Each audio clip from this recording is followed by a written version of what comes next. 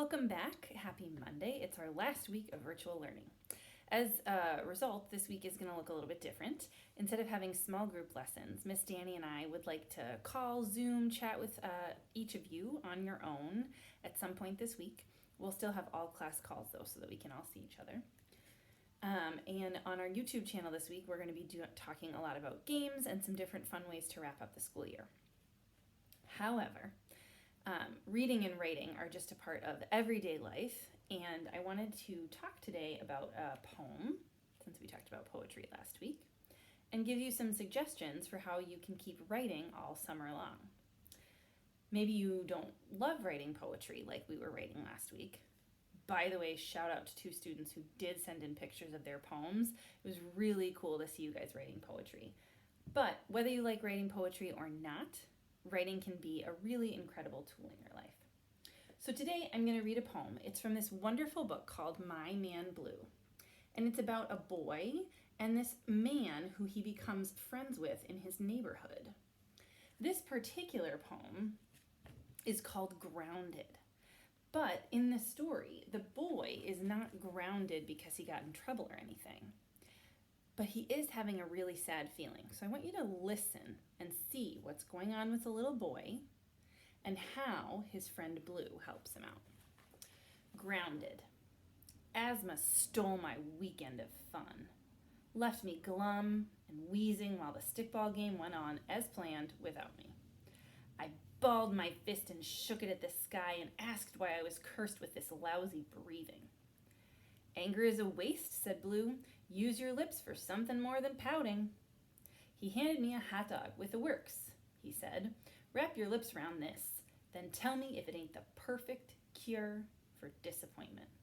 I rolled my eyes and could have argued easily enough, but my mouth was kind of busy at the time. So in that poem, I think that the boy is upset because he has to stay home with asthma and his friends are playing a game without him. But then when his friend Blue gives him a hot dog, it kind of cheers him up and they have some fun together anyway. So just like we talked about last week, the author gave that poem rhythm by putting in line breaks, right? But maybe line breaks last week made writing kind of tricky for you. Maybe poetry just wasn't the right thing for you. Today I want to tell you that one thing I do to keep writing all year long is that I journal. I write about my feelings all the time. And maybe you are having some feelings that you want to share or put down in writing. I personally find this really helpful because sometimes writing a poem feels like a lot of pressure, but just writing about my feelings ends up making me feel pretty good. Okay? So you can start off at the top by writing the date. I know that today, for me, since I'm filming this before Monday, is Sunday. So I'm just going to write in Sunday. Okay. Don't forget to capitalize the day of the week if you're writing the day at the top. And then I know that it is June.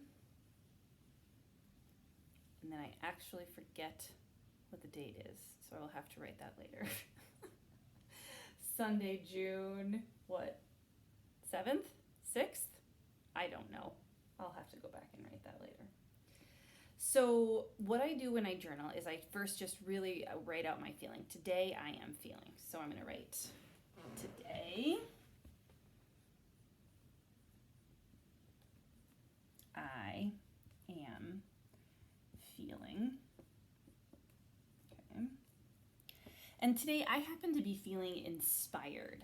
And I'm feeling inspired because I've seen people from all around our community in Milwaukee coming out to say that we can become better and stronger as a community. So I'm writing that today. I am feeling inspired by our community. Okay. And then the next thing that I do after I write my feelings down is that I really like to list things that I'm grateful for. And the reason I do that is that studies have actually shown that writing down things you're grateful for can put you in a good mood.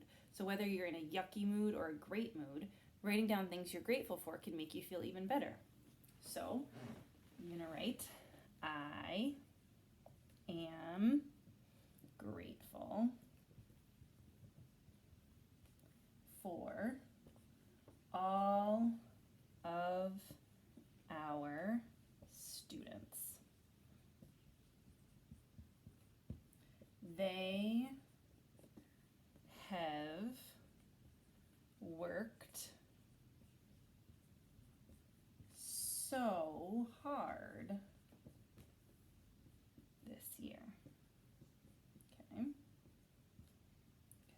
Now, normally I like to write down 2 or 3 things that I'm grateful for, but I'll leave that up to you.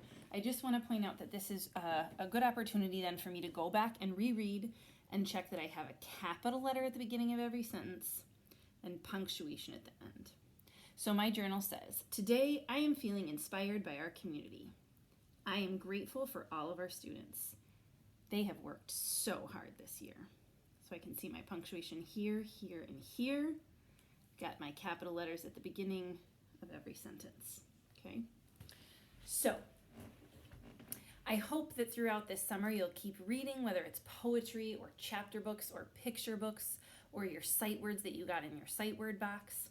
And I would also like to encourage you to give journaling a try or maybe keep writing poetry. Have a great week. See you tomorrow and hopefully see you at the end of your parade on Friday.